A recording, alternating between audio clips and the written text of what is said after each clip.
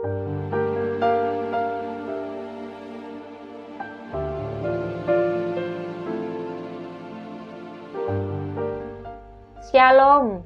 Bapak Ibu Saudara, selamat bertemu kembali dalam renungan pada hari ini bersama saya Vini Hardianto. Renungan hari ini berjudul Belajar dan Mengajarkan Firman Tuhan. Bacaan Alkitab diambil dari Ulangan pasal ke-6 ayat yang ke-6 sampai 9. Saya akan membacakannya untuk Bapak Ibu Saudara. Apa yang kuperintahkan kepadamu pada hari ini, haruslah engkau perhatikan. Haruslah engkau mengajarkannya berulang-ulang kepada anak-anakmu dan membicarakannya apabila engkau duduk di rumahmu, apabila engkau sedang dalam perjalanan, apabila engkau berbaring, dan apabila engkau bangun. Haruslah juga engkau mengikatkannya sebagai tanda pada tanganmu, dan haruslah itu menjadi lambang di dahimu. Dan haruslah engkau menuliskannya pada tiang pintu rumahmu dan pada pintu gerbangmu. Bapak, Ibu, Saudara, firman Tuhan yang telah dibacakan tersebut merupakan bagian dari perintah Allah melalui Musa yang diberikan kepada bangsa Israel sebelum memasuki tanah perjanjian. Bangsa Israel pada saat itu sudah berganti generasi. Generasi pendahulu yang keluar dari Mesir sudah mulai berganti kepada generasi berikutnya, di mana generasi berikutnya ada kecenderungan telah melupakan apa yang telah Allah lakukan di masa lalu. Generasi yang baru cenderung untuk hidup tidak mengikuti kehendak Tuhan dan tidak kenal siapa Allah yang telah membawa mereka sampai sejauh itu. Oleh karena itu, melalui Musa, Allah memperingatkan bangsanya agar terus mengajarkan ketetapan dan perintah Allah kepada generasi berikutnya dengan tujuan agar generasi berikutnya tidak melupakan Allah serta dapat hidup senantiasa berada di dalam kehendak Allah. Allah menghendaki bangsanya agar dapat mengenal ketetapan dan perintahnya. Namun, bagaimana caranya? Pada ayat yang ke-6 tertulis bahwa bangsa Israel harus memperhatikan apa yang telah Allah perintahkan. Allah ingin apa yang Ia telah perintahkan diperhatikan dengan baik, bukan hanya berlalu begitu saja. Bagaimana dengan kita? Pada masa kini, kita telah mengenal ketetapan dan perintah Allah melalui firman-Nya, yaitu Alkitab.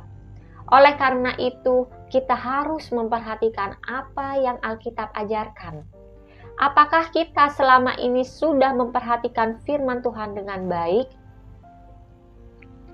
Pada ayat yang ke-7 bahkan sangat detil digambarkan bagaimana seharusnya kita memperlakukan firman Tuhan. Firman Tuhan harus diajarkan berulang-ulang dan dibicarakan terus-menerus dalam kehidupan kita. Apakah artinya? Hal ini berarti bahwa firman Tuhan harus dipelajari terlebih dahulu sebelum kita mengajarkan kepada orang lain. Bagaimana kita dapat mengajarkan dan membicarakan kalau kita tidak tahu apa isinya? Oleh karena itu, saya mengajak Bapak Ibu Saudara agar mau belajar firman Tuhan dengan sungguh-sungguh, agar kita dapat mendalaminya serta bisa mengajarkannya kepada orang lain, terutama kepada keluarga kita. Selain itu, kita juga memiliki tanggung jawab untuk mengajarkan firman Tuhan kepada generasi selanjutnya. Kita tidak hanya belajar firman Tuhan untuk sekedar memuaskan pengetahuan kita saja, namun kita juga perlu untuk menjaga generasi-generasi kita agar hidup sesuai dengan kehendak Tuhan. Seperti Musa kepada generasi penerus Israel, tentu kita tidak ingin generasi penerus kita semakin jauh dari Tuhan dan bahkan tidak mengenal lagi siapa Tuhan mereka. Bapak, Ibu, Saudara, apakah kita sudah sering membicarakan dan mengajarkan firman Tuhan kepada keluarga kita? Ataukah kita hanya menyimpan apa yang telah kita baca dan dengar untuk diri kita sendiri. Beralih ke ayat 8 dan ke-9 sebagai perintah Allah kepada bangsa Israel agar meninggikan firman Tuhan di dalam kehidupan keluarga dan masyarakat. Pada masa itu bangsa Israel disuruh untuk membuat tanda-tanda pada dahi, tiang rumah, dan pintu gerbang. Sedangkan pada masa kini, kita tidak perlu membuat tanda seperti itu lagi.